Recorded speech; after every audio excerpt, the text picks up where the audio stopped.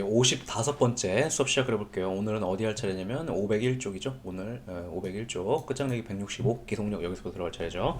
자, 보시면 기속력 되게 어렵게 생각하면 되게 어려운 건데 이게 왜 그런 거냐면 그 쉬운 얘기를 엄청 어렵고 현학적인 용어들을 사용해가지고 이렇게 되게 모든 경우의 수들을 포괄하는 용어들을 사용하려다 보니까 용어가 쓸데없이 어려워져서 그런 건데 이게 되게 쉬운 얘기예요. 자, 설명을 해볼게요. 기속력 개념에 대해서. 자, 기속력이라는 것은 여기 한자를 보면은 얽어맨 힘이다 라는 거죠. 그래서 요것만을 가지고는 기속력이 무엇인지를 판단할 수가 없고 얘는 조금 이렇게 개념을 기억해 두셔야 되는데, 자, 기속력이라는 거죠. 행정청이 있고 국민이 있어요. 행정청이 국민한테 뭔가 처분을 해요. 그랬는데 국민이 이거에 대해 취소송을 제기해서 싸워요. 법원에 가요. 갔는데 판사가 이건 잘못됐네 라고 판단을 해가지고 처분을 취소해줘요. 그래서 그 취소된 판결이 확정됐을 때 그 판결이 갖게 되는 힘인데, 그죠?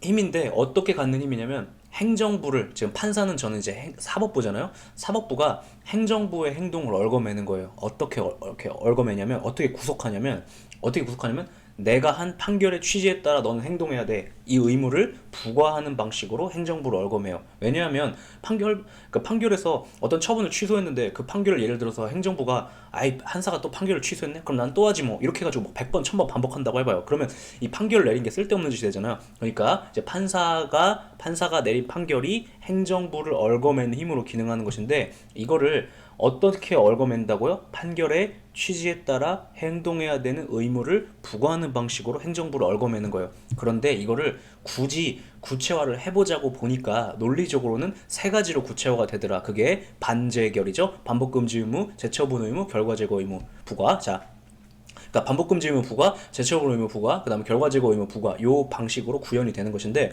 반복금지 의무 다시요, 지금 이 세 가지로 구체화된다고는 하지만 사실은 결론적으로 핵심은 뭐냐면 판결의 취지가 무색하게 되지 않도록 판결의 취지에 따라 행동해야 될 의무를 부과하는 효력이라는 뜻이에요. 그래서 그 관점에서 이해해보면 너무너무 당연한 얘기들을 이렇게 되게 쓸데없이 구체화해가지고 서술하고 있다는 걸 아시게 될 거예요. 다시 돌아가 보면, 자, 먼저 반복금지 의무를 부과한대요. 무슨 얘기예요? 자, 판사가 어떤 처분이 발급돼가지고 그거에 대해서 소송이 제기돼가지고 이것이 위협한지 아닌지를 판단했는데 결과적으로 위협하다고 판단을 했으니까 처분을 취소했을 거 아니에요. 근데 자, 판사가 처분을 취소할 때 왜 위협하다고 판단했겠어요? 준의 절형 중에 어느 군데 하나라도 뭔가 이상한 게 있으니까 위협하다고 판단을 했겠죠. 그래서 판사가 위협하다라고 판단을 하면서 처분을 취소하면서 이러이러한 점 때문에, 예를 들어서 그 처분에는 내용상 하자가 있네, 혹은 이 사람은 전과자가 아닌데도 왜 전과자라고 취급하냐 라고 하면서, 그러니까 처분이 잘못된 사실에 근거한 것이어서 위협해, 이렇게 지적을 하면서 위협 이유를 얘기할 거 아니에요. 그죠? 그러면서 처분을 취소하겠죠.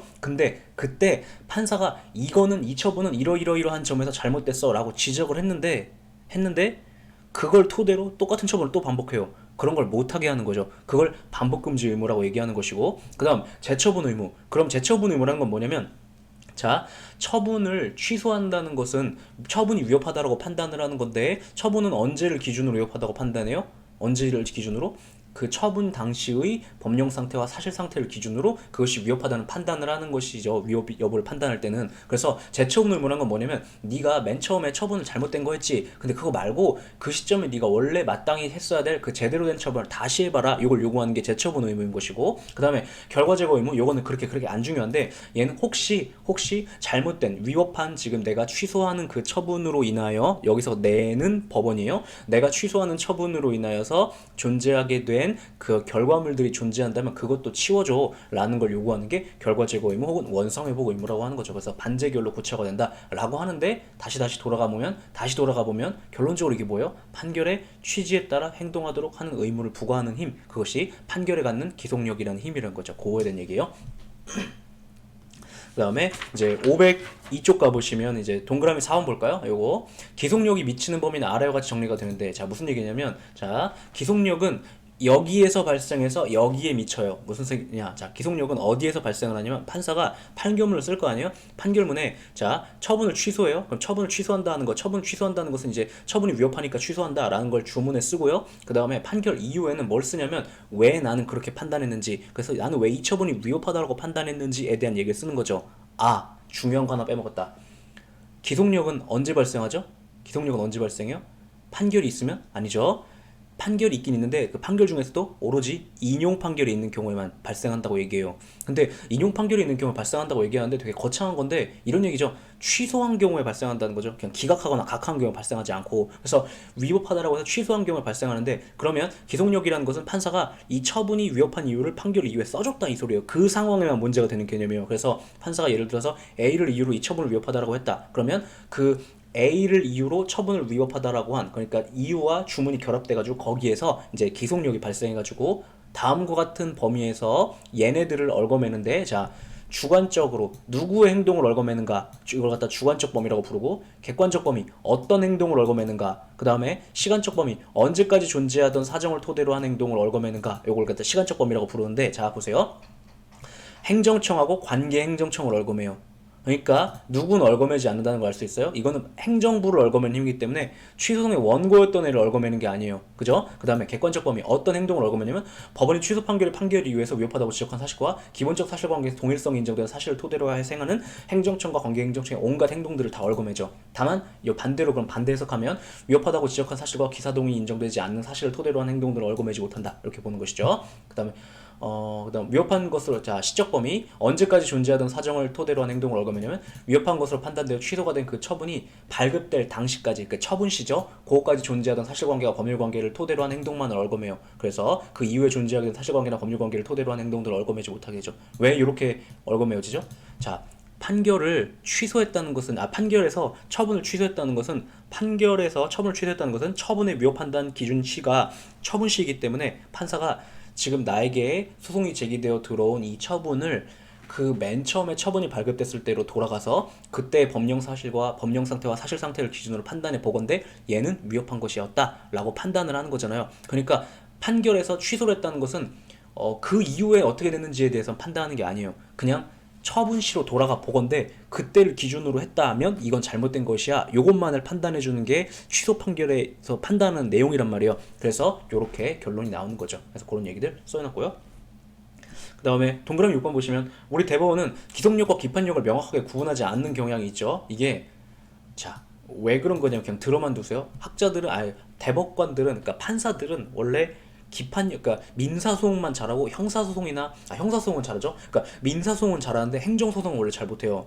그러니까 제가 반복해서 말씀드렸지만 민법하고 민사소송법을 잘하는 사람들이 그 판사가 된다라고 했었잖아요, 보통. 근데 그래서 근데 기속력이 민사소송에는 없는 개념이에요. 그래서 기판력 개념은 원래 잘 다루는데 행정소송의 특유의 개념이 기속력이라는 것은 잘 다루질 못하거든요. 그러다 보니까 그냥 모든 것을 기판력에 비추어가지고 기판력과 비슷한 것으로 해석하고 싶어하는 경향이 있어요. 그래가지고 얘네들 섞어서 구분하지 못하는 경향이 있는데 예를 들어서 기속력 위반 여부를 문제 삼고 있으면서도 표현에 이건 기판력 때문이다 이런 얘기를 하는 거죠. 약간 뭉뚱그리고 싶은 거예요. 그래서 실제 문제풀이에서는 기판력과 기속력을 분간하라는 것이 출제 포인트가 아닌 한 다시 실제 그래서 그게 여러분들의 수험생으로서의 문제풀이에 미치는 영향은 뭐냐면 실제 문제풀이에서 지금까지 딱 한 번 그렇게 나왔는데 기판력하고 기속력을 분간하라는 것이 출제 포인트가 아닌 한 어떠한 그 판결의 효력이 있는데 그것이 행정부나 뭐 국민에게 미친 효력이 기판력 때문인지 기속력 때문인지 그거를 분간할 필요는 없어요. 그냥 기판력 때문이든 기속력 때문이든 취소송에서 인용 판결이 내려진 경우 그 판결로 인하여 행정청들이 어떤 행동을 할 수 있는가 없는가 그것만 판단하면 돼요. 표현에 자 원래 행정청이 이런 행동을 할 수 있는가 없는가의 문제는 기속력의 문제예요. 그런데 표현에 그것이 기판력 때문이다 이렇게 표현해도 그것을 요런 맥락이 아닌 한 기판력과 기속력을 분간하라는 맥락이 아닌 한 그거를 틀린 선지로 처리 안 하셔도 된다고요. 기판력 때문에 그렇다 얘기해도. 선생님 근데 기판력과 기속력을 분간하라는 맥락인지 아닌지 어떻게 알아요? 예를 들어서 2번 선지에서는 그러니까 2번 선지에서 아까 이렇게 생각하면 되겠다. 하나의 선지에서 기속력과 기판력이라는 표현을 다 써요. 그러면은 그거는 이미 얘가 구분하고 있다는 거죠. 그러니까 그런 맥락이 아닌 한 그냥 할 수 있냐 없냐 요것만 판단하면 되지 이것이 기판력 때문인지 기속력 때문인지를 판단할 필요까지는 여러분에게 없어요. 왜? 출제 포인트가 아니니까. 왜냐면 대법관들도 그냥 막 쓰거든요. 그래서 그래요. 그렇죠. 그 다음에 이제 넘기면 503쪽 가시면 이제 비교하시는 얘기가 나오는데 혼자 보세요. 이렇게 쭉 보면 돼요. 됐고 그 다음에 했고, 이제 관련 지문 정리 또 넘겨보시면 504쪽 가보시면 1-2번 볼까요? 자, 요렇게 깔리는데, 자, 취소 소송이 기각되어 처분의 적법성이 확정된 이후에도 처분청은 행정처분이 위법함을 이유로 직권 취소할 수 있다. 자, 이게 오선지로도 나와 있고 정선지로 나와 있죠. 무슨 얘기냐면, 자, 지문이 이렇게 깔렸다고 해봐. 취소 소송이 있었는데 거기서 기각 판결이 떨어졌대요.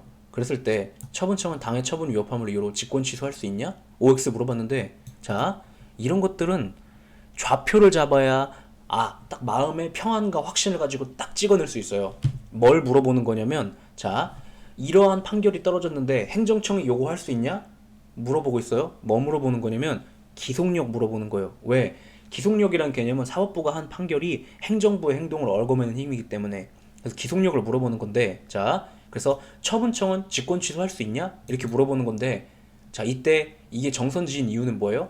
행정 취소송이 기각됐대요. 그러면 기속력이라는 것이 안 발생해갖고 판결이 내려졌어도 그 판결이 행정부의 행동을 얽어매지 못해요. 그러니까 뭐든 할 수 있어요. 직권 취소할 수 있다. 그 다음 아래도 볼게요.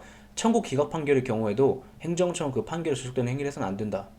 뭐라는 거지? 행정부가 판결이 내려졌는데 이런 거 할 수 있냐? 기속력 물어보는 거예요. 근데 뭐래요? 기각 판결. 그러니까 기속력이 발생 안 하죠? 안 된다? 틀렸죠? 이렇게 판단하는 거죠. 됐죠? 요런 질문 그냥 툭 던져줬을 때 뭐지? 이렇게 하시게 된다고요. 그러니까 정확하게 이 좌표를 잡으세요. 그 다음 3번.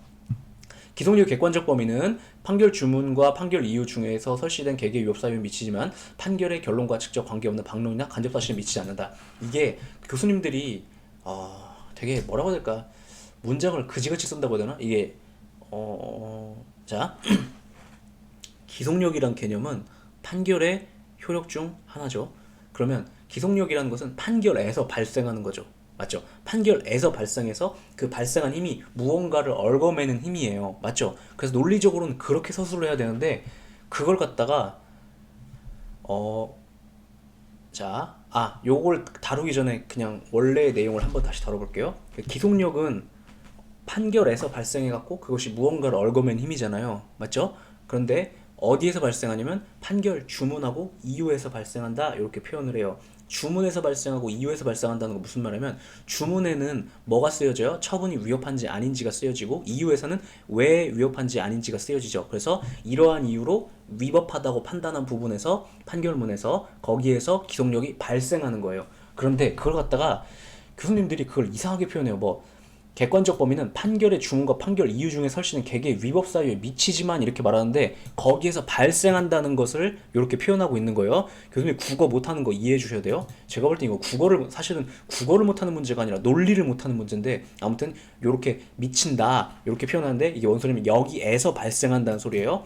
그리고 여기에서는 안 발생한다는 걸 갖다가 미치지 않는다 이렇게 표현하는데 판결의 결론과 직접 관계가 없는 방론이나 간접 사실에는 미치지 않는다. 뭔 소리냐면 여기에선 발생하지 않는다는 거예요. 자, 판결문은 이렇게 있으면 주문이 있고 주문에 뭐가 쓰인다고? 처분이 위협한지 아닌지가 쓰여지고 그다음 판결 이후에 뭐가 쓰여요? 왜 그 처분이 위협하다고 봤는지 아니면 적법하다고 했으면 왜 적법하다고 봤는지가 쓰여지겠죠. 그런데 여기서 말하는 그 방론이나 간접 사실이라는 건 무슨 말이냐면 이 판결문에 써놓긴 했는데 판사가 판결문에 써놓긴 했는데 예를 들어 판사가 참고로 막 이런 걸 써놨다거나 아니면 각주를 달거나 이럴 때가 있거든요. 그런 것들이 아니라 이 주문을 논증하는데 직접적으로 필요한 그 이유 부분에 써 있는 내용에서만 발생한다는 거고 판결문에 써 있다고 해서 무조건 거기에서 다 기속력이 발생하는 것은 아니다라는 걸 이렇게 표현하고 있어요. 그래서 방론, 간접사실 여기서는 아니다. 요것도 표현도 같이 요 단어를 좀 기억해 주세요.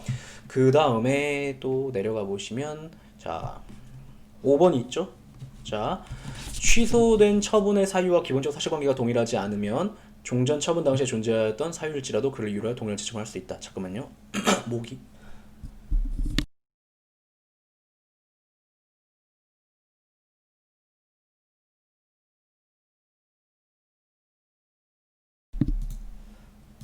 계속 해볼게요. 방금 확인한 건 뭐냐면 혹시 녹화가 안 되고 있나 해가지고 확인한 거예요. 자, 다시 읽어볼게요. 5-1 지금 504쪽이에요.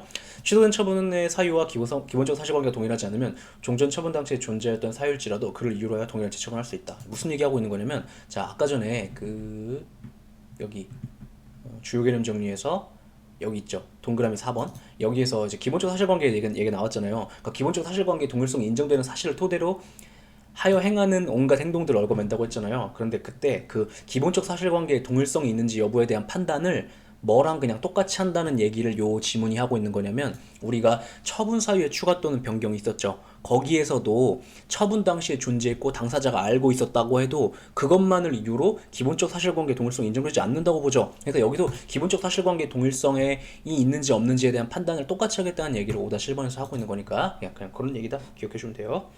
잠깐만, 죄송해요.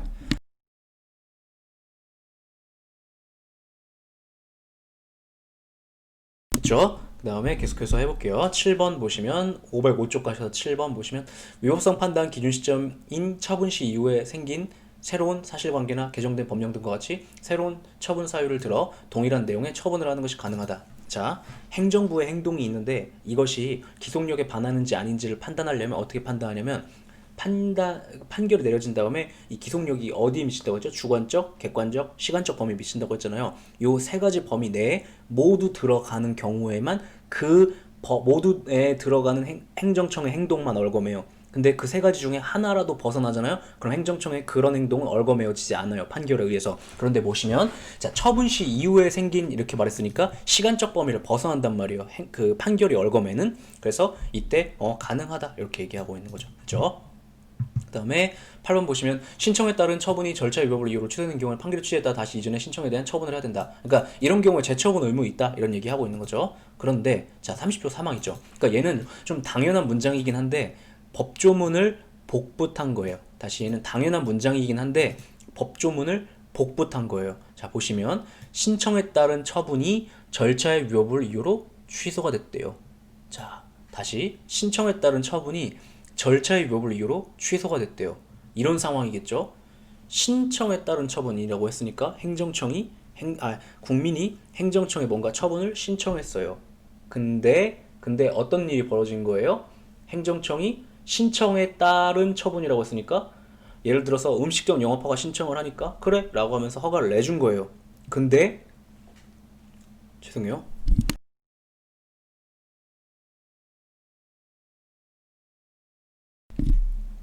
죄송해요. 이상하네. 근데 그 처분이 취소가 됐대요. 발급됐는데 누가 싸운 거지? 누가 싸웠을까요? 제3자가 싸운 거죠. 마음에 안 드는 거예요. 제3자가 취소를 제기한 거예요. 야, 그 처분 절차 당하자 있는데 발급하면 어떡하냐? 라면서 취소를 제기해서 싸워서 이긴 거죠. 왜? 어떻게 알아요? 취소되는 경우 이렇게 말했으니까. 취소되면 판결의 취지에 따라 다시 이전의 신청에 대한 처분을 해야 된다. 그러면 자, 뭐가 취소된 거예요? 영업허가 처분이 취소된 거죠. 그럼 얘가 날라갔다. 그럼 어떤 상태로 돌아가는 거예요? 영업허가 신청만 있는 상태로 돌아간 거죠. 그럼 행정청은 어떤 의무를 부과받아요? 그 처분 말고 마땅히 제대로 발급했어야 되는 처분을 다시 해야 될 의무를 부과받게 되죠. 그 얘기를 하는 거예요. 그래서 재처분 의무가 있는데 요렇게 있다. 그리고 요거를 같은 얘기를 요렇게 하기도 해요. 제3자요 행정처분의 취소송에서 절차 당하자로나 취소 판결 확정된 경우 당행정 재처분 의무가 있다. 여기 보면 제3자요 행정처분이라는 얘기가 나오는데 이건 왜 나올까요?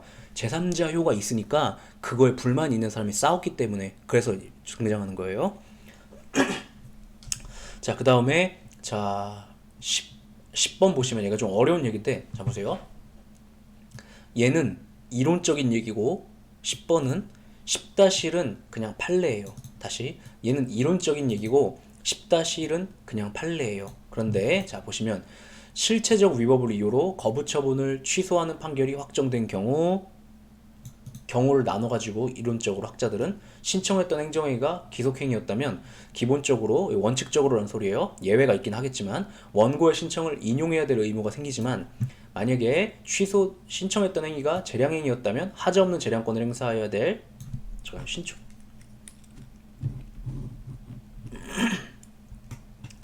죄송해요. 목이 불편하네. 계속 할게요. 진짜 죄송해요. 자, 신청했던 2번이죠. 재량행위였다면 신청했던 행위가 하자없는 재량권을 행사해야 될 의무가 발생할 뿐 원고의 신청을 인용해야 되는 것은 아니다. 이렇게 경우의 수를 가르고 있어요. 무슨 얘기냐면, 예를 들어 볼까요?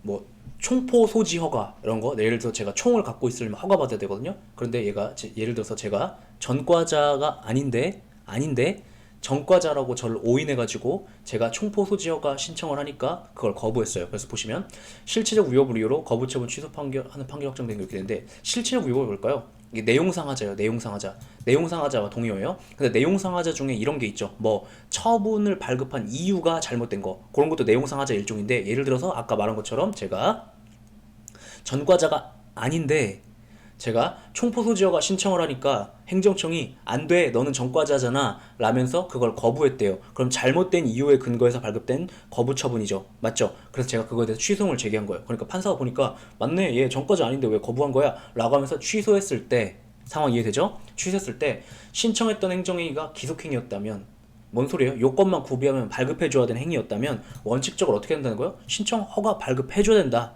그러나 그것이 재량행위였다면 행정부는, 자, 제가 재량행위였다면 제가 전과자임을 전제로 발급한 처분이 위협한 것은 맞지만, 재량행위였을 때는 모든 요건을 다 구비했다 하더라도 다른 사정을 고려해가지고 발급을 안 해줄 수도 있잖아요. 뭐 예를 들어서 그 동네에는 총포를 소지하는 사람이 너무 많다든가 그래서 안 할 수도 있잖아요. 그러니까 이 경우에는 다시 하자없는 재량권을 행사, 뭔 소리예요? 제가 전과자가 아님을 전제로 다시 재량권을 행사해야 될 의무를 부과받게 될 뿐 꼭 인용해야 될 의무가 생기는 것은 아니다라는 거죠. 그래서 양자가 달라져요. 그죠? 실익이 있으니까 중요히 기억해 주시고. 근데 학자들은 이렇게 실체적 위법으로 이유로 거부 처분이 났을 때 그거에 대해 취소 판결을 해가지고 취소 판결이 확정됐을 때 경우의 수를 가르는데, 그런데 자, 들어만 두세요. 판결문은 어떤 이론적인 확립을 위해서 쓰는 게 아니라 원고랑 피고가 치고받고 싸우니까 그걸 분쟁을 해결해주기 위해 쓰는 거죠, 판결문은. 그러다 보니까 이러한 총체적으로 어떤 베이스에 깔려있는 막 이론적인 복잡한 얘기들을 다 고려해가지고 판결문에 꼭 그걸 써야 될 필요가 없고, 그냥 이 원고랑 피고가 납득할 수 있게만 판결문 써주면 돼요. 그러니까 판결문에 보면 경우에 따라서는 구체적인 사정이 안 쓸 때도 있어요. 그냥 원고랑 피고가 이미 다 아는 상황이어가지고 구체적으로 쓸 필요가 없는 건 안 써도 되겠죠. 원고랑 피고만 납득이 되면 충분한 거니까, 판결문이라는 것은. 그래가지고 여기서 보면 취소송의 소송의 대상이 된 거부처분을 실체법상 위법사유에 기초하여 취소나 확정 판결이 있는 경우에 해당 거부처분을 한 행정청은 원칙적으로 신청을 인용해야 된다, 이렇게 말하죠. 근데 이것은 이 10번 지문에 따르면 언제만 맞는 지문이고 언제는 틀린 지문이에요? 기속행위가 그 신청했던 행정행위란 맞는 지문이지만 재량행위가 신청했던 행정행위라면 틀린 지문이죠. 근데 이것이 정선지라고요. 그러니까 실제 사건에서 이게 그 기속행위였던 거죠, 신청했던 행위가. 그래서 정선지였고, 그래서 요거 맞는 지문으로 이렇게 복붙해서 나왔는데 별로 안 좋은 출제이긴 하지만 그냥 이렇게 나와도 구태여 요거를 막 분간하는 맥락은 아니니까 그냥 맞다 이렇게 처리하시면 될 것 같아요. 요렇게 나와도. 선생님 그럼 이렇게 이런 맥락이면 어떡해요? 그러니까 얘는 분간하는 맥락일 때는 기속행위다, 재량행위다 콕 집어서 줄 거예요. 근데 그런 얘기가 없다 그러면은 그냥 원칙적으로 인용하는 처분을 해야 된다 이렇게 보면 돼요. 그래서 인용하는 처분이 뭐예요? 허가 내줘야 된다 이런 걸 얘기하는 거죠. 그리고 자, 여기 보면 원칙적으로라는 표현을 쓰는 이유는 뭐냐면 이게 사실심 변론 종결 이전에 사유를 내세워 다시 거부 처분하는 기동력에 반해 허용되지 않는다 했는데, 자, 밑에 해설 다 읽어볼게요. 이 판례는 기속행위 신청을 거부한 경우에 대한 것이었는데 이렇게 판례 원문을 그대로 출제하는 경우도 많기 때문에 이 판례를 기억해라. 지문에서 특별히 언급이 없는 경우에는 기속행위 발급 거부 처분에 대한 것이라고 생각하면 된다. 네, 그래서 기속행위냐 재량행위냐, 이것은 기속행위인데 이것은 재량행위인데 이런 표현을 안 주면 그냥 원칙적으로 인용해야 된다. 거부 처분에 대해서 취소 판결이 내려지면 실체법적 이유로 취소 판결이 내려지면 그렇게 생각하시면 되고, 그 다음에 보시면 여기 보면 사실심 변론 종결 이전이라는 얘기가 나오는데 기속력의 경우에는 기준 시점이 언제예요? 처분 시죠. 학자들에 따르면. 근데 자, 기속력의 기준시인 처분시 이후에 사유를 내세워 다시 거부 처분을 하는 것은 기속력에 반하지 않아가지고 허용되죠. 반대로 그러니까 처분시 이전에 사유를 내세워 다시 거부 처분을 하는 것은 기속력에 반해서 허용되지 않고, 근데 여기 보면 기준 시점을 뭐로 삼고 있어요? 사실은 변론 종결 이전을 삼고 있죠. 근데 판례는 기속력과 기판력을 명확히 구분하지 않고 있기 때문에 처분시 대신에 사실은 변론 종결 시를 기준 시점 쓰기도 하거든요. 그래서 요거는 출제 포인트가 아니라고 생각하시면 돼요. 요거. 그래서 여기에 사실은 변론 종결 시 이전이라고 했는데 기속력인데 이거 처분시인데 틀렸네 이렇게 생각하지 마시라고요. 판사들은 그걸 잘 몰라요. 그래서 분간 안 하는 맥락이 있으니까 기억을 해주시고, 참고로 정말 최근까지만 해도 거의 한 5년에서 10년 전까지만 해도 기속력과 기판력이 과연 다른 효력인지에 대해서 그 실무에서 논쟁이 있었어요. 그 정도로 아직까지 막 분간을 못했었는데 최근에 와서야 다른 거다라고 결론이 내려진 거예요. 근데 여러분은 행정법을 지금 배우잖아요. 그러니까 최신 행정법을 배우는 건데 그래서 이렇게 강의는 당연히 구분되는 것을 전제로 강의를 하지만 실제로는 원래 좀 논쟁이 있었어요. 그런 것도 알아주세요. 그래가지고 요런 일이 요렇게 판시하는 일이 벌어지곤 한다. 예, 얘기죠. 그 다음에 10-1 취소에 대한 거부처분 실질법상 유법사유 기하여 취소하는 판결이 확정된 경우 당해 거부처분 행정 원칙적으로 신청을 인용하는 처분을 해야 된다 이렇게 말하고 있죠. 근데 계속해서 왜 원칙적 여기 보면 또 원칙적 여기 보면 또 기본적 이런 표현을 왜 쓰는 거야? 절대적으로 인용해야 되는 것은 아니기 때문에 그래요. 왜냐하면 여기 써놓은 것처럼 처분 시 이유 혹은 판례에 따르면 사실 변론 종결 이후에 변화된 사정이 있다면 그때는 거부 처분을 할 수도 있거든요. 그죠? 그래서 예를 들어서 그 후에 법이 바뀌어가지고 이러한 요건을 구비한 사람만 가지고는 이것만 가지고는 거부를 해야 되는 상황이 벌어질 수도 있단 말이에요. 법에서. 그래서 이런 표현을 쓰는 거다. 그렇게 기억해 주시고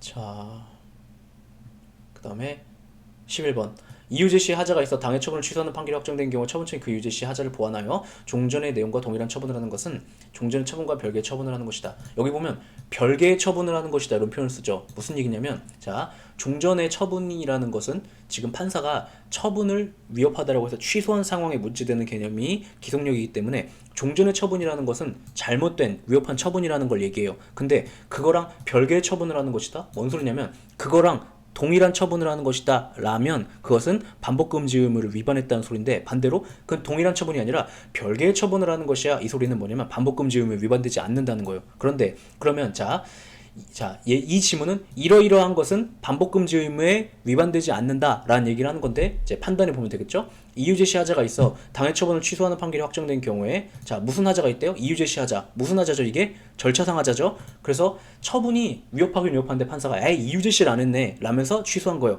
그러면 판사는 어디가 위협하다고 얘기했으니까 이유 제시 안 한 게 위협하다고 지적했으니까 그걸 보완했다라면 그거는 제대로 된 처분을 한 것이고 그러니까 별개의 처분을 하는 것이야. 이렇게 반복금지 의무에 위배되지 않는다는 걸 그렇게 표현하고 있는 거예요. 기억을 해주시고 그 다음에 넘기면 자 506쪽에 되게 좋은 문제인가?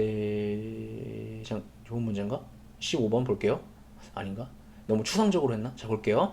여러 법규 위반 예를 들어서 어떤 처분이 있었는데 여기 영업허가 취소 처분이라고 했구나. 영업허가 취소 처분이 있었는데 뭐 단란주점 영업허가가 있었는데 그게 취소됐다고 해봐요. 근데 법규를 2개 위반한 거예요. 그래가지고 취소한 거죠. 그 2개가 다 적발돼가지고 취소한 거예요.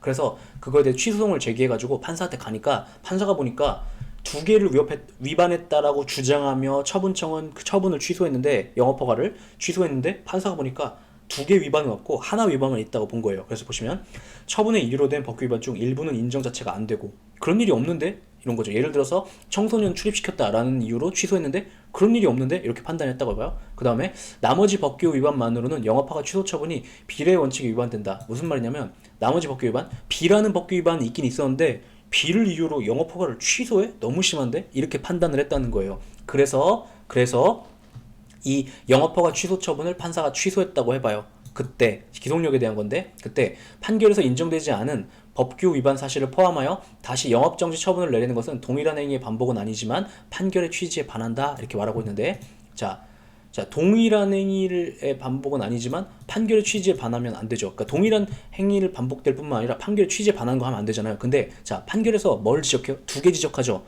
너무 심해 그리고 A는 아예 없는데 얘기했어요. 자 너무 심하다고 해서 취소를 정지로 줄이긴 했어요. 그러면 이 부분은 반영한 거죠. 비례 원칙에 반한다. 너무 심하다. 근데 뭐를 반영 안 한 거예요? A 법규 위반 사실이라는 건 존재하지 않는다라고 딱 판단해 줬는데 그것이 존재함을 전제로 다시 그걸 토대로 처분을 한 거죠. 그러니까 지적한 2개의 사항 중에 하나만 반영한다고요. 그러니까 판결 취지에 반해서 이건 기속력에 반해요. 하나만 복습해 봅시다. 기속력에 반하는 처분은 효력이 어떻게 돼요? 무효죠? 그래서 이런 처분은 무효가 되는 거예요. 기억해 주시고 그 다음에 15-1 법규 위반을 이유로 내린 영업허가 취소 처분이 법원에서 비례 원칙으로 취소했다. 비례 원칙 위반으로 너무 심하다. 그랬을 때 동일한 법규 위반반? 이런 게 왜 이제서야 발견되죠? 동일한 법규 위반이에요. 심 지우세요. 동일한 법규 위반을 이유로 영업정지 처분을 내리는 것은 기속력에 반하지 않는다. 그러니까 취소가 너무 심하다고 해서 영업정지했으니까 반하지 않는다. 근데 얘가 전제로 깔고 있는 게 뭐예요? 당연히 이걸 알고 있으므로 전제로 하는 건데 취소보다는 정지가 가벼운 거예요. 취소가 되면 그냥 다시 허가 또 받기 전에는 할 수가 없죠. 근데 정지는요, 그 기간만 기다리면 다시 할 수 있죠. 그러니까 정지가 더 가벼운 거예요. 상식적으로 면허도 생각해보세요. 면허 취소랑 면허 정지랑 뭐가 더 무겁게요? 면허 취소죠. 네, 그래서 취소되면 다시 따야 되잖아요. 그죠? 정지는 그냥 기다리면 되는 거고. 그래서 요거 그냥 반나지 않는다 이렇게 판단했으니까 기억해 주시고, 그 다음에 18번 볼게요. 갑시장이 A 주식회사의 공동주택 건립을 위한 아파트 생각하시면 돼요. 주택건설 사업계획 승인 신청에 대하여 거기는 미디어밸리 조성을 위한 시가와 예정지역이라서 아파트 못 져? 이렇게 얘기하니까 A 주식회사가 거부처분 취소를 제기했고 이겼어요. 그랬는데 이후 갑 시장이 해당 토지 일대가 개발행위허가 제한지역으로 지정됐다는 이유로 다시 거부처분을 한 사안에서 재거부 처분은 종전 거부 처분을 취소한 확정 판결의 기속력에 반하는 것이냐? 이렇게 물어보는데, 자 여기 보면 맨 처음에 왜 거부를 했어요? 미디어밸리 조성을 위한 시가와 예정 지역에서 거긴 아파트 들어설 수가 없어 라면서 거부했는데 판사가 그걸 취소했대요. 그런데 이게 조금 출제가 약간 미흡한 것 중 하나가 뭐냐면 그냥 무조건 승소했다고 얘기하는데 왜 승소했는지에 대한 얘기를 좀 써줬어야 돼요. 원래는 왜 승소했다고 봤는지. 근데 약간 생략되는데 출제의 취지는 이거였던 것 같아요. 미디어밸리 조성을 위한 시가와 예정 지역이라는 이유로 거부 처분을 한 것은 위법해. 그런 것을 이유로는 아파트 건설을 금지할 수 없어 라면서 취소 판결을 내렸었나 봐요. 근데 그러니까 그 부분을 제거한 상태에 새로운 처분을 해야 되죠. 그 위법성을 해소한 상태에. 그런데 여기서 보면 뭘 이유로 또 거부해요? 개발행위허가 제한지역으로 지정됐다. 다른 얘기하고 있는 거죠. 그러니까 이건 기속력에 반하지 않는 거죠. 그래서 이렇게 할 수 있다. 기억해 주시고, 그 다음에 20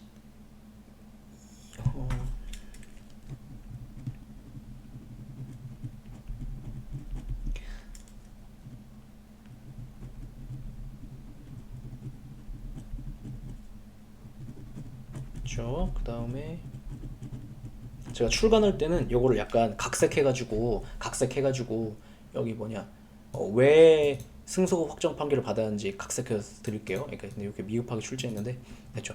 그다음 자 22번 어쨌든 볼게요. 506쪽 맨 끝에 갑은 개발 제한 구역 내 토지에 건축물을 건축하기 위하여 건축 허가를 신청했다.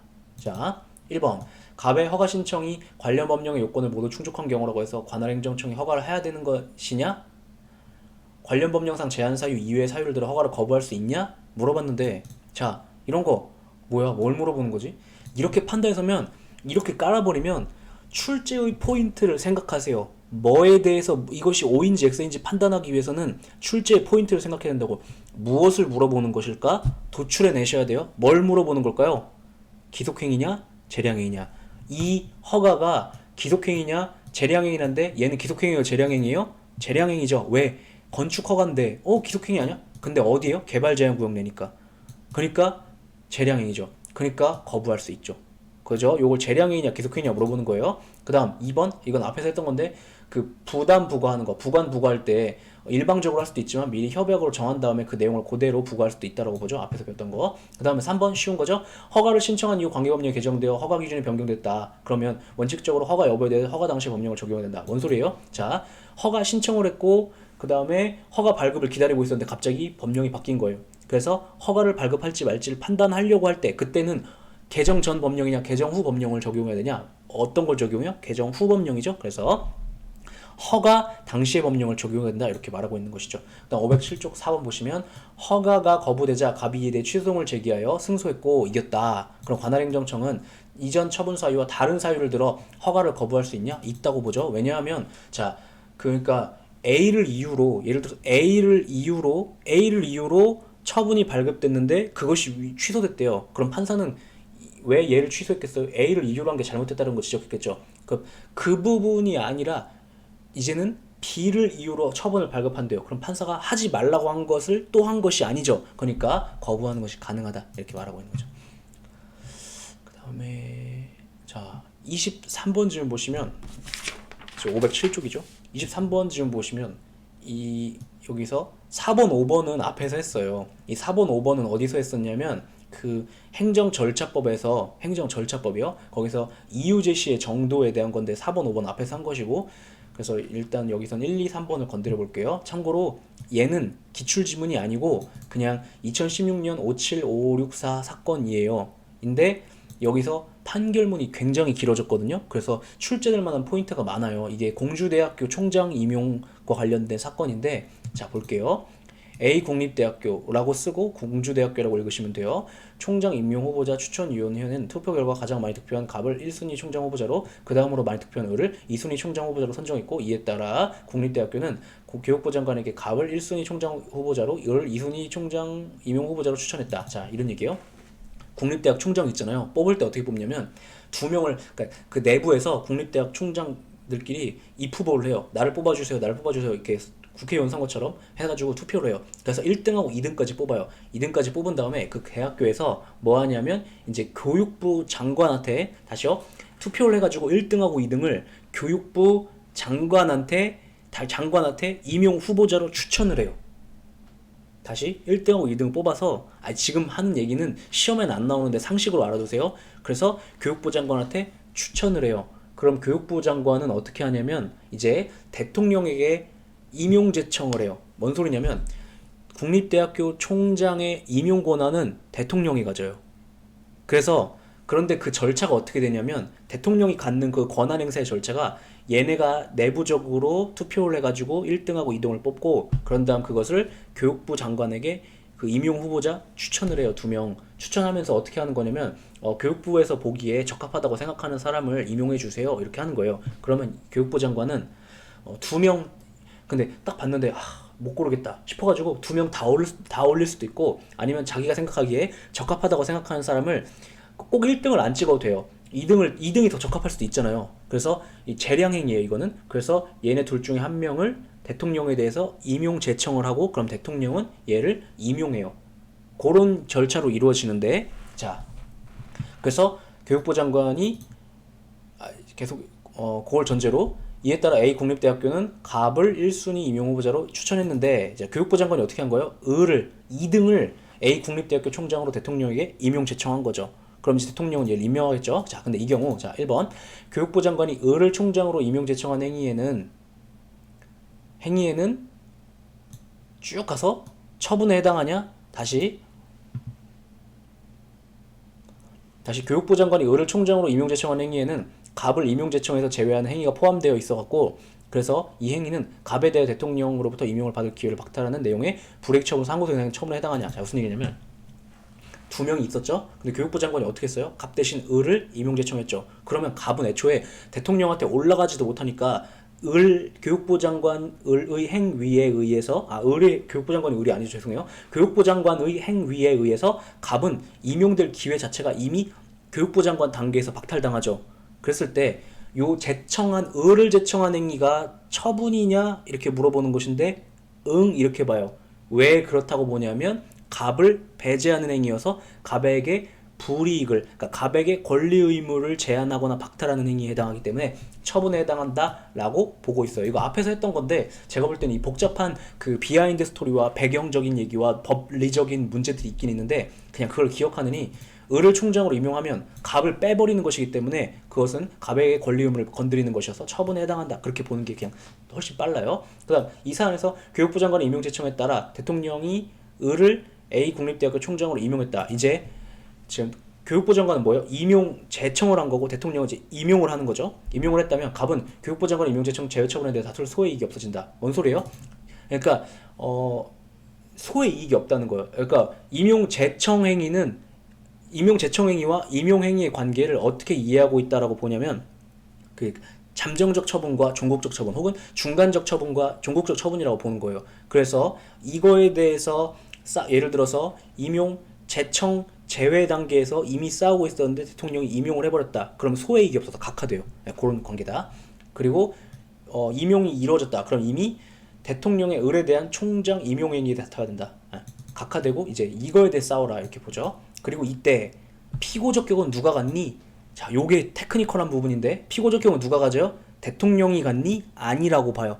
대통령이 아니고, 국가공무원법을 보면은 국가공무원에 대한 대통령의 불이익한 처분이 있을 경우에 피고적 격을 누가 가져요? 소속 장관이 갖죠. 그러니까 여기서 교육부 장관이 피고적 격을 갖는다. 요거 테크니컬한 거지만 기억해 주세요. 자, 대상적 격이 뭐라고요? 대통령의 갑에 대한 그 총장 임용 거부 행위, 그죠? 그것이 대상 적격을 갔는데 피고 적격은 누가 가져요? 교육부 장관 기억해 주시고, 그 다음에 3번 교육부 장관의 임용제청 제외 처분이나 대통령의 제외 처분에 대한 취소에서 그에 대한 취소 판결이 확정된 경우에 교육부 장관과 대통령에게는 취소 판결 취지에 따라 두 후보자의 총장 임용 적격성을 다시 심사하여 임용 제청 또는 임용을 해야 될 의무가 발생한다. 뭐예요? 판결의 취지에 따라 행동해야 될 의무가 부과받게 된다. 의무를 부과받게 된다. 뭐라는 거죠? 기속력이 있다. 그 얘기를 하고 있는 거예요. 또 그냥 당연한 얘기를 공자님 말씀 같은 거 하고 있는 거죠. 네. 됐고 4번 5번은 앞에서 했던 거고요. 기억해 주시고, 자 24번 얘가 좋은 문제구나. 잠깐만요. 이걸 좀 표시를 해도.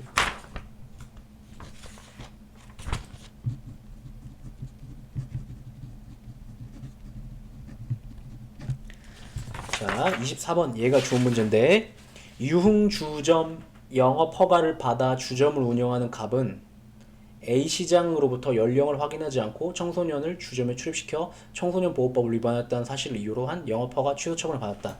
이게 약간 배경식으로 뭘 깔고 있냐면, 청소년은 유흥주점에 들어갈 수가 없어요. 그러면 청소년 유흥주점에 들이면 안 되기 때문에 그 사장은 어떤 의무를 부과받게 되냐면, 사람들을 이제 나이를 확인해야 돼요. 나이를 확인해야 돼요. 청소년인지 아닌지. 그래서 확인해갖고 청소년을 집에 돌려보내야 되는데, 그렇지 않았다는 이유로, 넌 위법행위를 했다는 이유로 영업허가 취소청을 받았어요. 그래서 갑이 난 그런 적이 없는데? 라고 하면서 불복해가 취소를 제기해서 이긴 거예요.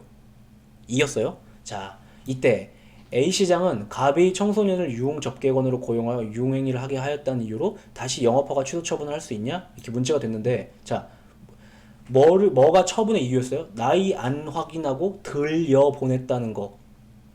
그래서 취소했죠. 근데 얘는요, 뭐를 이유로 다시 취소하는 거예요? 고용해서 유흥행위를 하게 했다. 이거는 다른 얘기죠. 다른 얘기죠. 그래서 다른 얘기를 이유로는 또 할 수가 있어요. 그래서 이거는 반복금지 의무에 저촉되지 않아요. 왜? 이것과 이거는 기본적 사실관계에 있어서 다른 얘기니까.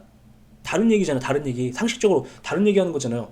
얘네들은, 이 청소년들은 손님으로 오는 거고, 얘는 알바로 이 돈 벌러 오는 거고, 얘는 돈 쓰러 오는 애들인 거고, 다른 거잖아요. 그죠? 그래서 있다. 그 다음 2번, 영업허가 취소 처분 지나치게 가혹하다는 이유로 취소 판결을 이렇게 내려졌다면 A시장 갑에게 연령 확인하지 않고 청소를 출입한 이유로 영업 정지 처분을 할 수 있다. 이렇게 말하고 있는데, 자, 취소 판결 내려졌는데 왜 내려진 거예요? 너무 심한데? 그럼 어떻게 할 수 있다는 거예요? 여기 이제 정지 처분을 할 수 있다. 여기서 뭐 했어요? 취소해서 정지했으니까 판결 취지에 따른 거죠. 그래서 이런 거 할 수 있다라는 거죠. 그 다음에 3번, 청소년들을 주점에 출입시킨 사실이 없다는 이유로 취소 확정 판결이 내려졌다면 A시장 갑에게 연령을 확인하지 않고 청소년을 출입시켰다는 이유로는 영업 허가 취소 처분할 수 없다. 그러니까 여기서 이런 걸 이유로는 취소 다시는 할수 안 되죠. 그러니까 동어반복적으로 이렇게 얘기하는 거죠. 그 다음에 4번, 청문 절차를 거치지 않았다는 이유로 취소 판결이 확정 판결이 내려졌다면 A시장은 적법한 청문 절차를 거치는 갑에게 연령 확인하지 않고 청소를 출입시켰다는 이유로 영업허가 취소 처분할 수 있다. 그죠? 뭔 소리냐면, 자, 이 영업허가 취소 처분이 판사가 그걸 취소했는데, 왜 취소했냐면, 야, 청문을 안 하면 어떡하냐 라면서, 불이익 처분인데 라면서 취소 판결을 한 거예요. 그럼 판사는 뭘 지적한 거예요? 처분이 청문을 안 거친 게 잘못됐다라는 걸 지적한 거죠. 그러면 청소년을 출입시킨 사실이 있는지 없는지에 대해서는 판사가 얘기한 적이 없는 거죠. 그러니까 판결에서 그거에 대한 얘기한 적이 없는 거고, 그러니까 또다시 판사가 잘못했다고 지적한 부분 요것만 시정하면, 그죠? 시정했죠? 시정하면 청소년을 출입시켰다는 이유로 또 해도 판결에 저촉되지는 않는 거죠. 그렇게 얘기하는 거예요.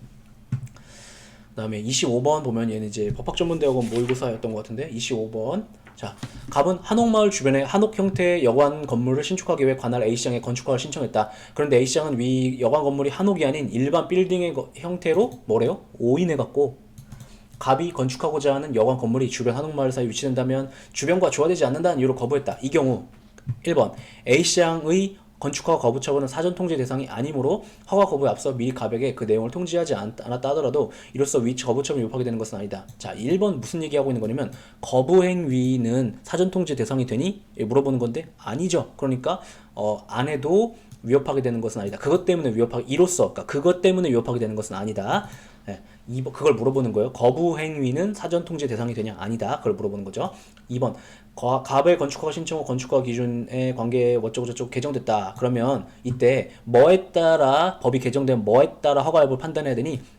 보시면 처분 당시에 따라 판단한다. 처분 당시가 뭐죠? 지금 개정된 이유를 말하는 거죠. 허가를 할까 말까 요걸 판단하는 시점. 그래서 개정된 법령을 적용해야 된다. 이런 얘기하고 있는 것이고, 그다음 3번 보시면 만일 A시장이 갑의 건축허가 신청에 대한 거부에 앞서 건축심의위원회 심의를 거치지 않았다. 그럼 절차상 하자가 있는 거죠? 그러면 법원은 이를 이유로 건축허가 거부 처분을 취소할 수 있냐? 이건 뭘 물어보는 거냐면 되게 고전적인 논점인데 절차상 하자만을 이유로 처분을 취소할 수 있냐? 그 절차상 하자의 독자성 그거 있죠? 할 수 있다고 보죠. 대법원은 할 수 있다.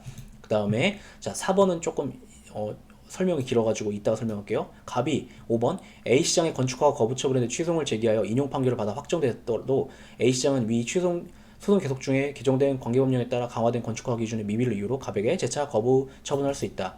자 소송의 계속 중에 개정된 관계법령 이렇게 말하고 있는데 이런 얘기죠.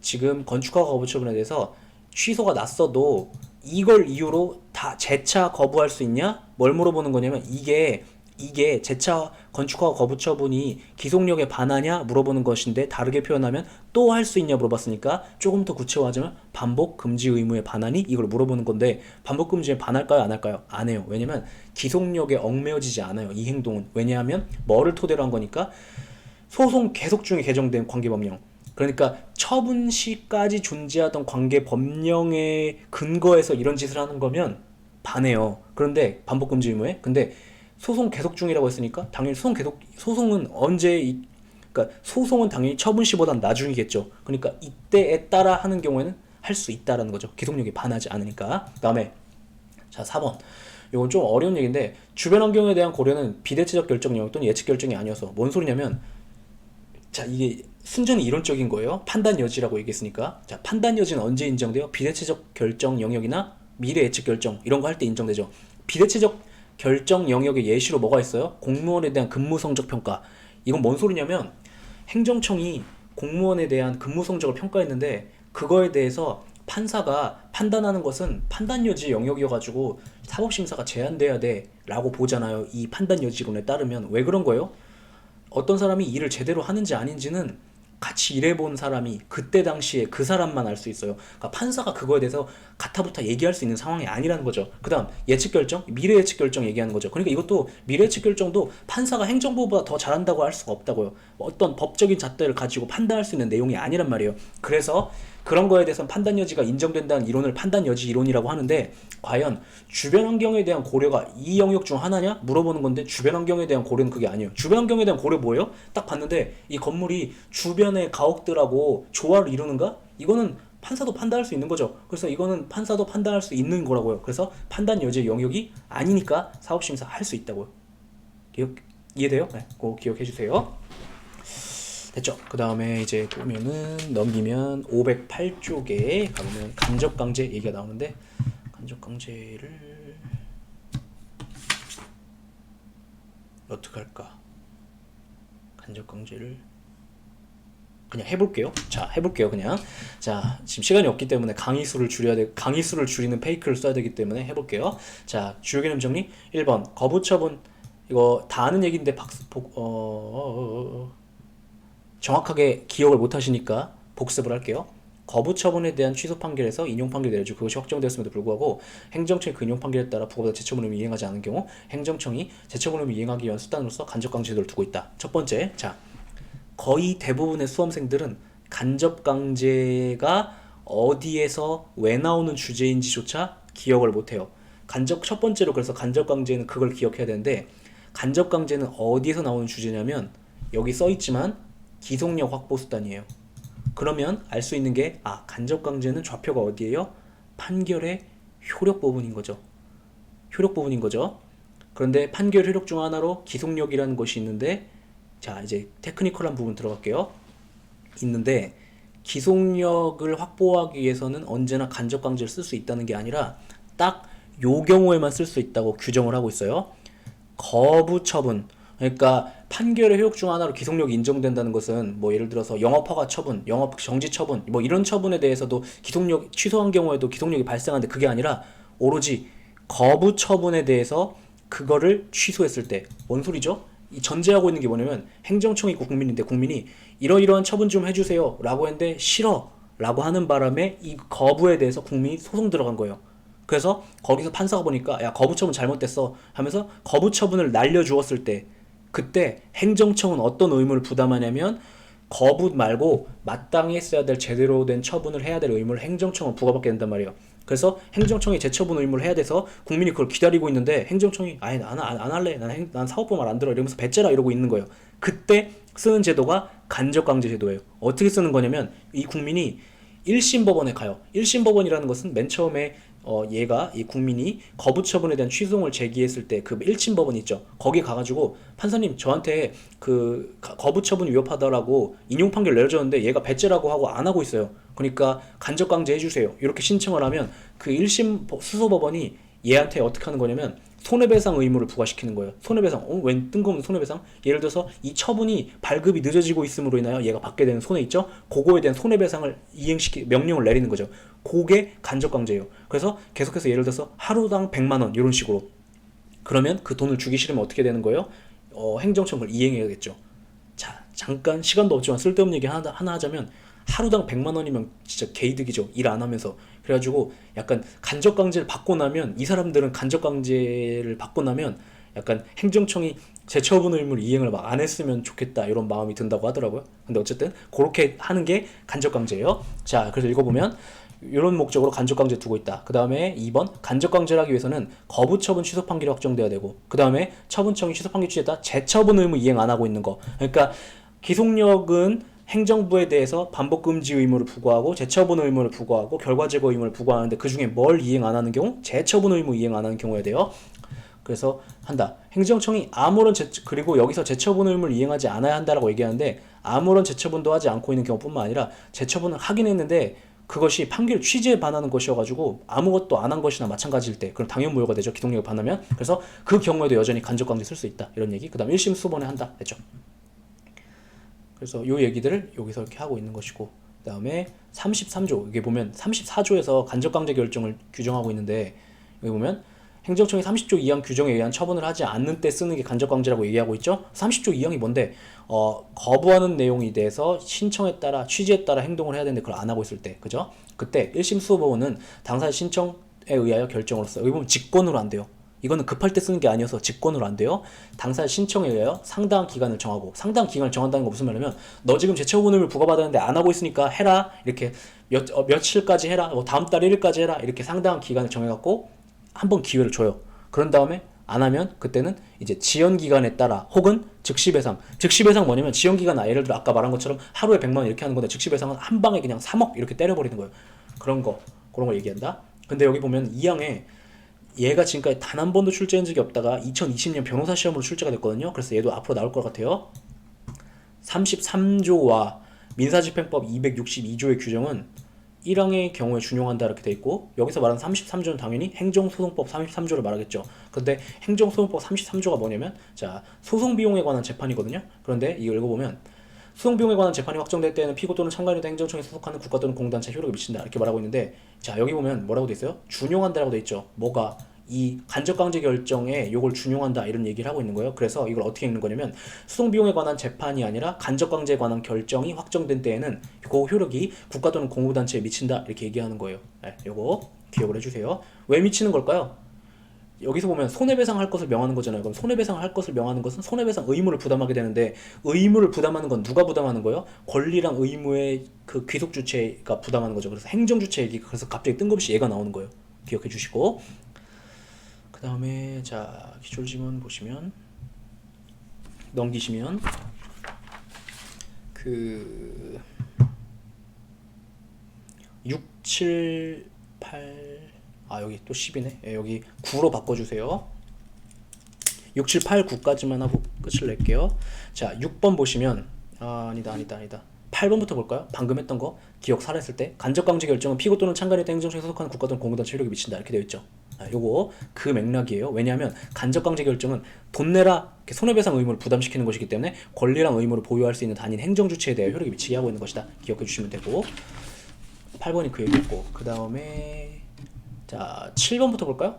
건축허가 신청 반려처분의 취소 판결이 확정되는데 처분청이 확정 판결 취소에 따른 재처분을 하지 않고 있다. 그러면 이제 간접강제 쓸 수 있죠. 그러던 중에 상급 행정청이 새로 그 지역에 건축법에 따른 건축허가 제한 공고를 하였고 처분의 청이 그에 따라 다시 거부 청을 했다면 이는 유효한 제처분에 해당하므로 간접 강제가 허용되지 않는다. 무슨 말이냐면 자 해설을 보시면 판결로 취소된 방일련 처분이 있은 후에 발생한 사유를 토대로 한 처분이죠. 뭐가 이 제한 공고해가지고 다시 거부 처분을 한 거. 그러면 판결 취지에 따라 행동한 것이라고 봐요. 이것도 그래갖고 간접 강제가 이때는 쓸 수 없다라고 본다는 거죠. 네. 이것도 기억을 해주세요.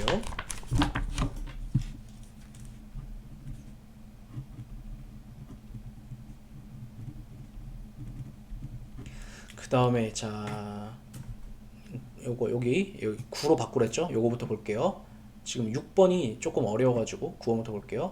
갑은 관할행정청에 토지형질 변경허가 신청했는데 행정청이 안 된다고 했다. 이에 갑이 거부처분 취소를 제기해서 일탈남용을 이유로 취소 판결을 받았고 그 판결이 확정됐다. 쓸데없는 거 하나 복습해볼게요. 왜 일탈남용을 이유로 취소 판결을 받죠? 얘가 재량행위니까. 그죠? 이 토지형질 변경허가 재량행위니까. 그죠? 자, 그 다음 다시 돌아가서 이 경우 1번 A 행정청이 재처분을 하더라도 취소 판결의 기속력이 지속되는 경우 갑은 간접강제 신청할 수 있냐? 무슨 말이냐면 재처분을 했는데 그게 판결을 시킨 대로 한 것이 아니다. 그럼 여전히 재처분 의무를 이행 안 하고 있는 것이어가지고 간접강제 신청할 수 있다라고 봐요. 그 다음 행정청 2번 행정청의 재처분이 취소 판결 기속력에 저촉되면 어떻게 해요? 당연히 무효가 된다. 그 다음 3번 행정청이 기간 내에 이행하지 않아 배상금이 발생했는데 그 이후에라도 재처분을 이행하면 배상금 추심할 수 없다고 보죠. 이거 기본 강의 딴 거니까 기억해 주세요. 왜 추심할 수 없다고 보죠? 왜 추심할 수 없다고 하냐면 우리 대법원은 이 간접강제의 본질을 행정강제라고 보는 거예요. 행정벌이 아니라. 그래서 뒤늦게라도 했다. 그럼 목적 달성한 거죠. 그러니까 할 수 없다. 괴롭히기 위한 목적으로 존재하는 제도가 아니다 이렇게 보는 거죠. 근데 뭔 소리예요? 그러니까 우리 사편에서 실효성확보수단을 직접적 실효성확보수단과 간접적 실효성확보수단으로 가르죠. 맞죠? 그러면서 직접적 실효성확보수단을 다른 말로 뭐라고도 불러요? 행정강제. 간접적 실효성확보수단 뭐라고 불러요? 행정벌이라고 부르죠. 양자의 차이가 뭐예요? 얘는 행정부가 원하는 상태를 실현하기 위한 목적으로 존재하는 것이어서 행정부가 원하는 상태가 실현되면 더 이상 하지 못한다는 특징을 갖죠. 간접강제는요? 뭐라는 거야? 간접적 실효성확보수단은요? 다른 말로 행정벌은요? 페널티가 목적이라고. 그래서 얘는 행정부가 원하는 상태가 달성돼도 여전히 부과할 수 있다는 특징을 갖는데 이 간접 강제 결정은 간접적 실효성 확보 수단이에요? 직접적 실효성 확보 수단이에요? 직접적 실효성 확보 수단, 즉 행정 강제에 해당한다고 본다고요. 그래서 이행하면 행정부가 원하는 상태가 달성이 되었으니까 추심할 수 없다는 거예요. 하나만 복습해 볼게요. 간접적 실효성 확보 수단과 직접적 실효성 확보 수단을 가르는 기준이 뭐예요? 1차적인 목적이 무엇인가? 1차적인 목적이 행정부가 원하는 상태를 실현하는 데 있는 것인가? 아니면 제재에 있는 것인가를 가지고 가르는 거죠. 그죠? 네. 근데 얘는 이름은 간접강제 결정이지만 직접적 실효성 확보 수단인 거죠. 혹은 행정강제. 그 다음에 자 아까 어려웠다는 얘기 제 6번 보시면 변 이렇게 돼 있고 변호사 시험에서 나온 건데 한편으로는 변호사 시험이니까 나왔다고 볼 수도 있고 아니면 앞으로 나올 지문이라고 볼 수도 있어요. 자 볼게요. 간접강제 결정은 처분청이 판결의 취지에 따라 재처분을 하지 않는 경우 할 수 있는 것인데 됐고 사족적인 거죠. 원심 판결의 이유는 위협하지만 결론이 정당하다는 이유로 상고기각 판결 선고되어 원심 판결이 확정된 경우 행정소송법 30조 2항 규정하는 판결의 취지는 상고심 판결의 이유와 원심 판결의 결론을 의미한다. 뭐라는 거야? 자 이런 얘기예요. 간접강제 결정 언제 한다고요? 재처분 의무를 부과받았는데 그걸 이행 안 하고 있을 때. 근데 재처분 의무라는 것은 판결의 취지에 따라 행동해야 되는 의무의 파생 원칙이잖아요. 자 그러면 자 어떤 처분이 있었고 이거에 대해 취소 판결이 떨어졌어요. 그러면 행정청은 그 판사가 판결에서 써준 그 판결 취지에 따른 행동을 해야 될 의무를 부과받잖아요. 그러면 이 얘기는 뭔 소리냐면 그래 그럼 행정부의 입장에서 행정청의 입장에서 판결의 취지에 따른 행동이 도대체 뭐야? 이 얘기를 하는 건데 만약에 이런 일이 벌어졌다면 판결의 취지에 따른 행동이 뭘까? 라는 걸 얘기하는 건데 자 보세요. 원심 판결의 이유는 위협하지만 결론이 정당하다. 자 이런 얘기예요. 2심이 문제가 된 거예요. 자 법원 이제 행정소송 1심, 2심, 3심 이렇게 있잖아요. 근데 이게 보시면 2002도 244 이렇게 돼 있으니까 대법원 판결이라는 걸 알 수 있죠. 대법원 판결이니까 대법원 판결에서 판결문을 쓸 때 원심 이런 얘기 하잖아요. 그럼 2심을 얘기하는 거예요. 거꾸로 2심 판결문에서 원심 그럼 1심을 얘기하는 거고 그런데 3심에서 아무튼 원심 판결의 이유는 위협하지만 결론이 정당하다 이런 얘기죠. 2심 판결이 이렇게 2심이 있었는데 2심에서 처분에 대해서 뭔가 판결을 내린 거예요. 내렸어요. 그런데 보니까 이거에 대해서 뭐라고 해야 될까? 이거에 대해서 원고든 피고든 누군가 불복을 했어요. 그래서 상고를 했어요. 다시 2심 판결이 내려졌어요. 근데 이게 못마땅한 거예요. 원고든 피고든 아무튼 누가. 그래서 상고를 했어요. 상고가 뭐죠? 3심으로 올라가는 걸 상고라고 하죠. 대법관들의 판결을 받아보겠다 하는 거. 근데 상고심에서 판단을 해보니까 2심이 결론은 제대로 됐는데 이유가 좀 이상한 거예요. 이해돼요? 근데 다시요. 상고심이 보니까 3심이 보니까 2심이, 그러니까 지금 상고라는 것은 판사님 2심 이상해요, 고쳐주세요 라면서 대법관들한테 가는 걸 상고라고 하거든요. 근데 상고심에서 보니까 이유는 문제가 없는데 결론은 정당한데 이유가 이상한 거예요. 그래서 그걸 이유로 상고 기각 판결을 해요. 무슨 말이냐면 3심은 판결이 이유는 이상해도 결론이 정당하잖아요. 그러면은 상고를 안 받아줘요. 왜냐면 사실은 중요한 건 결론이잖아요. 그죠? 그래서 그걸 이유로 상고 기각 판결을 했다. 그러면 이제 여기서 원심 판결이 확정됐다 이렇게 얘기하는데 2심이 확정됐대요. 그때 행정청이 따라야 하는 판결의 취지라는 것은 뭐냐? 무엇이냐? 그것은 되게 짬뽕적인 결론이 나오는데, 원심 판결의 결론은 문제가 없었죠. 원심 판결의 결론과 상고심 판결의 이유를 따라야 된대요. 뭔 소리냐면 상고심에서 뭐 판단했다고요? 야, 원심 결론은 정당한데 이유 이상해. 근데 이유가 이상하다고 할 때 왜 이유가 이상한지에 대해 얘기를 써주겠죠. 맞죠? 그러면 그 판결 취지가 어떻게 되냐면 원심 판결의 결론과 제대로 된 것인 상고심 판결의 이유가 결합되고 이걸 해석해가지고 이 판결 이것의 취지에 따라 행동해야 될 의무를 행정부가 부여받는다는 거예요. 이해하고 나면 되게 재미있는 당연한 얘기인데 요렇게 봤을 땐 이해가 안 되죠. 됐죠? 네, 그렇게 그 얘기를 하고 있는 것이다. 기억해 주시고, 네, 오늘 여기까지 할게요. 네, 수고하셨어요.